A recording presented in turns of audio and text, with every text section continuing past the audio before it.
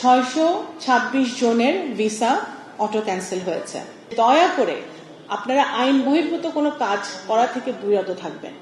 গতকালকে পত্রিকায় যে সংবাদটি প্রকাশিত হয়েছে যে আমাদের সংযুক্ত আরব আমিরাতে কিছু বাংলাদেশি ভাইদের ভিসা ক্যান্সেল হচ্ছে বা অটো ক্যান্সেল হচ্ছে, সেগুলো 5,000 বা কিছু সংখ্যা বলা হয়েছে, যে সংখ্যাটা সঠিক নয়।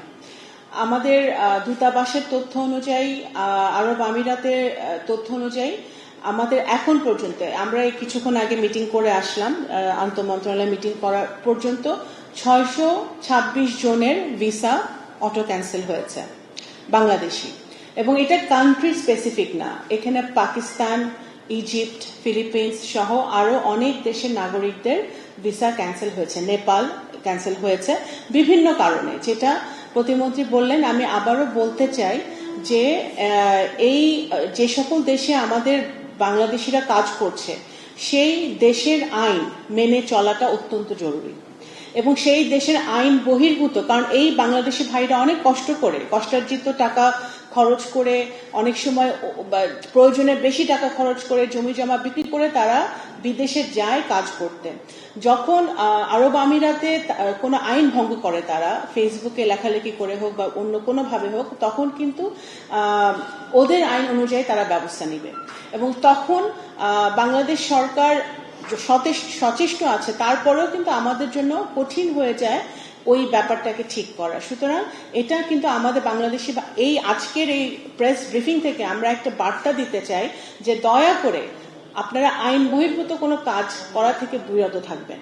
দ্বিতীয়ত হচ্ছে এই যে 626 জন, তার মধ্যে 417 জনের যে ডাটা, যে লিস্ট আমাদের কাছে আছে, সেই 417 জন যে অটো ক্যান্সেল হয়েছে সেটা ভিসা রিনিউয়ালের জন্য আমরা আবার পাঠিয়েছি। 417 জনকে আমরা ইতিমধ্যে পাঠিয়েছি, বাকিগুলো পর্যায়ক্রমে আমরা পাঠাচ্ছি আরব আমিরাতের সরকারের কাছে ভিসাটা রিনিউ করার জন্য, যে কেন কি কারণে তাদের অটো ক্যান্সেল হলো।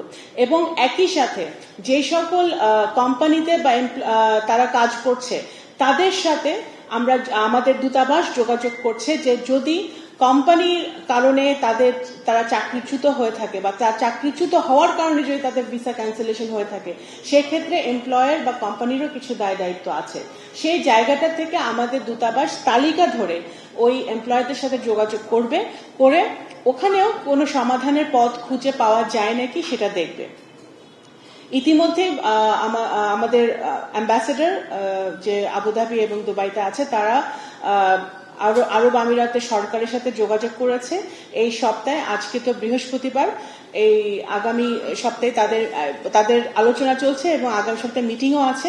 আমরা আশা করছি একটা পজিটিভ রেজাল্ট আমরা পাবো। এরপরেও যেটা আমরা বলতে চাই, যেটা ইতিমধ্যেই বলা হয়েছে, যে